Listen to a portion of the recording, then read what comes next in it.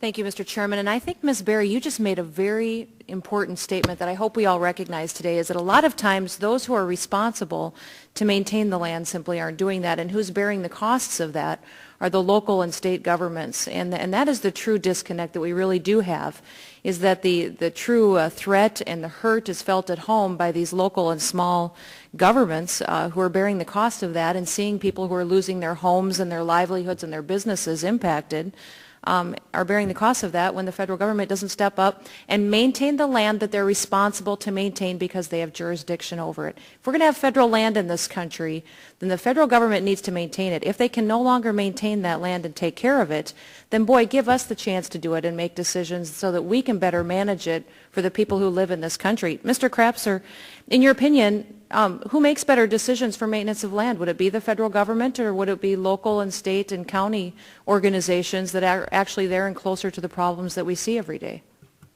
Mr. Chairman, Congresswoman, I think the closer to the ground you can make decisions, the better decisions you have. I wholeheartedly agree.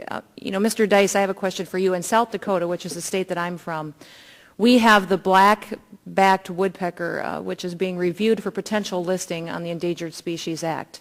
And so opponents to land management techniques and have pointed to some of the studies that have shown that dead and dying timber, which the black-backed woodpecker depends on for part of its habitat, is no greater wildlife threat risk than a healthy, thriving forest would be, and are building their case on leaving those dead and dying trees there for that habitat, but saying that it doesn't increase the risk to anybody as far as wildlife potential. In your experience, could you weigh in on that and tell me if you think there's more risk with dead timber than there would be in a healthy forest?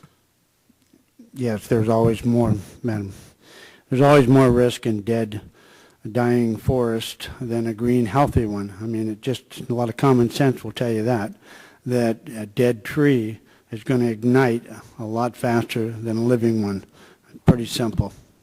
So can you give me a little bit of insight into what happens when you get into those situations where wind throw would happen and you'd have a dead and dying timber that has been blown over and laying on the ground as well, how that changes the situation as well? Well, just more intense. They burn hotter, faster, through any kind of wind, or it doesn't even take wind. They'll create their own wind. Dead trees, dead fuels create intense heat, and a lot more than actually a living forest would. And it's just pretty simple.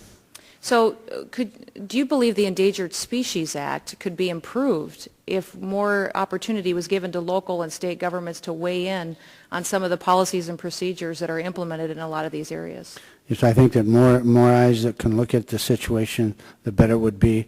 As Bill said, that the local people on the ground locally is going to have a very good opinion about that.